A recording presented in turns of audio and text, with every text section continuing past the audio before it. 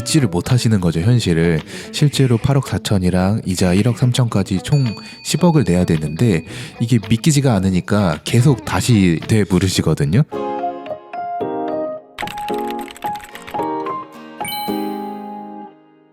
네, 상속의 모든 것 김형석 세무사입니다. 네, 안녕하세요. 정지현 세무사입니다. 네, 오늘은 이제 30억 정도 되는 아파트를 상속받으시고 세금 때문에 집에 쫓겨나는 과정에 대해 좀 말씀드리려고 하거든요. 사실 30억 정도 되는 아파트를 상속을 받으시면 일반인 기준에서는 굉장히 부자인데 이 아파트를 상속받고 집에서 쫓겨난다고 하면 이해를 못 하실 것 같아요. 근데 이게 실제 일어나고 있는 일입니다. 사실 기사로는 되게 많이 나와 있는데 기사만으로는 왜 도대체 세금이 어느 정도이길래 이게 쫓겨나는지를 알 수가 없잖아요. 저희 실제 사례를 바탕으로 30억 정도 되는 아파트를 상속받으시고 세금 때문에 이사를 고려하시다가 결국은 집을 파시는 과정에 대해서 사연을 재구성해서 말씀드리도록 하겠습니다. 실제로 상속인 분이 저희한테 찾아오셔가지고 어머니가 돌아가셔서 30억짜리 아파트를 한 채 물려받았는데 현금이 없어서 걱정입니다. 상속세가 얼마나 나올까요? 이렇게 여쭤보셨거든요. 사실 고가의 30억짜리 아파트가 하나 있는데 현금이 없는 케이스가 도대체 얼마나 되냐 이렇게 궁금해하시면 좀 있으실 것 같아요. 저희가 이제 상담을 해보면 생각보다 많은 분들이 고가의 부동산 한 채 있으시고 금융자산은 없는, 현금은 거의 없는 경우가 상당히 많습니다. 많은 분들이 이 사례에 해당하실 수 있을 것 같아서 저희가 준비해봤습니다. 말씀해 주신 것처럼 대부분의 경우에는 아파트 한 채 가지고 계시고 현금 한 2, 3천 정도 가지고 계신 분들이 되게 많거든요. 그래서 그런 케이스 기준으로 좀 설명을 해보겠습니다. 30억 아파트에서 뭐 사람마다 좀 공제가 다를 수 있지만 기본적으로 뭐 일괄 공제 5억 정도만 적용됐다고 하면 상속세가 대략 8억 4천 정도 되거든요. 보유하신 현금에 따라서 납부 이력이 있을 수도 있고 없을 수도 있으니까 보유하고 계신 현금이 어느 정도 되시냐 이렇게 여쭤봤습니다. 상속인 분께서는 이제 30억 정도 되는 아파트 상속받는데 8억 4천이 세금인 건가요? 현금은 실제로는 한 5천만 원 정도밖에 없거든요. 부모님이 물려주신 집이라 팔고 싶진 않은데 도저히 방법이 없을까요? 이런 식으로 이제 답해주시는 경우가 되게 많습니다. 일단은 예상세액이 8억 4천이라고 하면 여기서 굉장히 많이 놀라십니다. 보통 이제 오셔서 세금 한 1, 2억 나오겠지 이 정도 생각하고 오시면 되게 많더라고요. 근데 저희 구체적으로 세액 계산을 해드리면 너무 놀라십니다. 세금도 세금인데 납부할 현금 여력이 한 5천만 원 정도밖에 없으니까 7억 9천이 모자란 거잖아요. 부모님이 물려주신 집이라서 이제 뭐 애정이 있으니까 팔고 싶진 않은데 뭐 도저히 방법이 없냐 이렇게 많이 여쭤보시거든요. 그러면 이제 저희가 말씀드리는 게 연부연납이라고 해서 최대 10년에 걸쳐서 세금을 나눠낼 수 있는 방법이 있습니다. 근데 이건 이자가 연에 3.1% 정도 붙어요. 그래서 10년간 내야 될 이자를 다 합치면 1억 3천 정도 됩니다. 라고 말씀드리면 여기에 또 놀라십니다. 그러니까 상속인들 입장에서는 30억을 받았는데 원래 내야 될 상속세가 8억 4천이고 여기에 이자를 더 내면 1억 3천을 더 내는 거니까 거진 10억을 내야 된다는 거잖아요. 놀랄 수밖에 없죠. 그러면 이제 상속인분들 말씀하시는 거는 아니 그러면 10년에 걸쳐서 연부연납을 하더라도 상속세 원래 내야 될 8억 4천에 이자 1억 3천까지 총 10억가량을 세금으로 내야 된다는 말씀이신가요? 이런 식으로 되물으시거든요. 믿지를 못하시는 거죠, 현실을.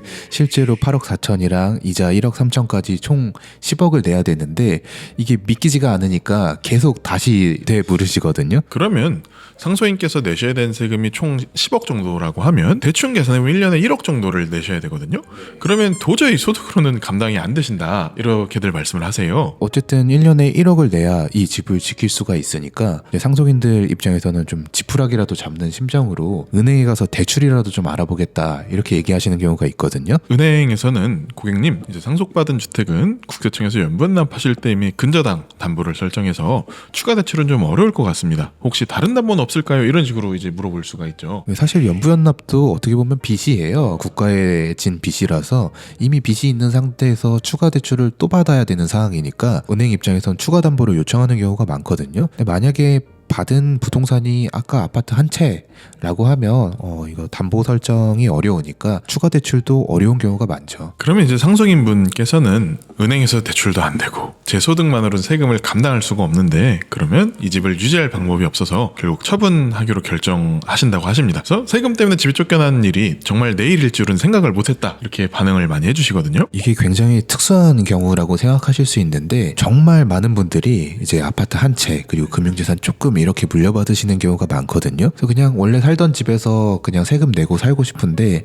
세금이 워낙 크다 보니까 이렇게 정든 집에서 조금 쫓겨나는 경우가 종종 발생하고 있습니다. 네, 그리고 이제 저희가 보면 상속 받으신 분들도 이미 은퇴하신 경우가 되게 많아요. 네. 그러면 아무래도 1년에 1억씩 소득을 일으키기가 쉽지는 않으시죠. 그러면 왜 이런 문제가 지금 발생하고 있는지 저희가 한 3가지 정도로 한번 정리를 해보겠습니다. 적용받으실 수 있는 상속공제가 너무 좀 적다라고 생각을 해요. 저희가 이제 업무를 하다 보면 대부분 받으신 공제가 일괄공제 5억 하나밖에 없는 경우가 되게 많습니다. 물론 법에 이제 동거주택 상속공제라고 해서 무주택자분들이 주택을 상속받게 되면 받으실 수 있는 공제가 있는데 요건이 좀 많이 까다롭습니다. 그래서 실질적으로 이 공제를 받으시는 케이스가 많지는 않거든요. 그래서 이런 공제들을 좀 이제 늘려주면 어떨까라는 생각을 하고 있습니다. 1주택자가 실거주 목적으로 상속을 받았을 때는 조금 더 공제 혜택을 준다든지 그런 제도적인 개선도 좀 필요해 보입니다. 상속세 세율 구간이 과세표준 기준으로 1억 이하는 10%, 5억 이하는 20%, 10억 이하는 30% 이런 식으로 쭉 올라가서 30억이 넘으면 50%를 과세를 하거든요. 30억이 넘어가면 세율 50%가 적용되는 이 세율 구간 자체가 만들어진 지 거의 30년 정도 되었거든요. 아무래도 그때의 30억이랑 지금의 30억은 좀 이제 가치가 많이 다르지요.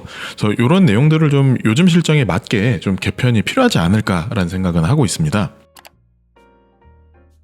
지금은 이제 연부연납을 하려고 해도 담보도 필요하고요. 연부연납을 신청을 한다 그래도 최대 10년까지밖에 안 되거든요. 그래서 이거를 상속인분들이 되게 부담스러워 하셔서 이 납부 방법을 조금 더 유연하게 해주면 어떨까 하는 생각이 있어요. 그래서 외국 같은 경우에는 이제 상속 물건을 처분할 때까지 상속세를 받지 않고 있다가 팔면 그때 너가 이제 현금이 생기니까 그때 한 번에 상속세를 내 이런 제도가 있잖아요. 네, 이런 다양한 납부 방법을 좀 만들어 주신다라고 하면 아무래도 이렇게 상속인분들이 오랫동안 정든 집을 파는 일은 좀 줄어들지 않을까라는 생각은 합니다. 사실 상속인분들도 세금을 안 내겠다는 사람은 거의 없어요. 정당하게 세금을 내고 싶은데 조금 더 유연하게 해달라고 요청을 하는 거니까 이런 것들은 조금 더 개선이 되면 좋을 것 같습니다. 네, 오늘은 30억 정도 된 부동산을 상속받으시고 요 상속세가 너무 부담스러워서 결국은 부동 처분하는 과정에 대해서 좀 말씀을 드렸는데요. 오늘 영상 어떻게 보셨는지요? 의견 있으시면 좀 자유롭게 남겨주시면 좋을 것 같습니다. 구독과 좋아요를 눌러주시면 채널 운영에 큰 힘이 됩니다. 지금까지 상속의 모든 것이었습니다. 감사합니다. 감사합니다.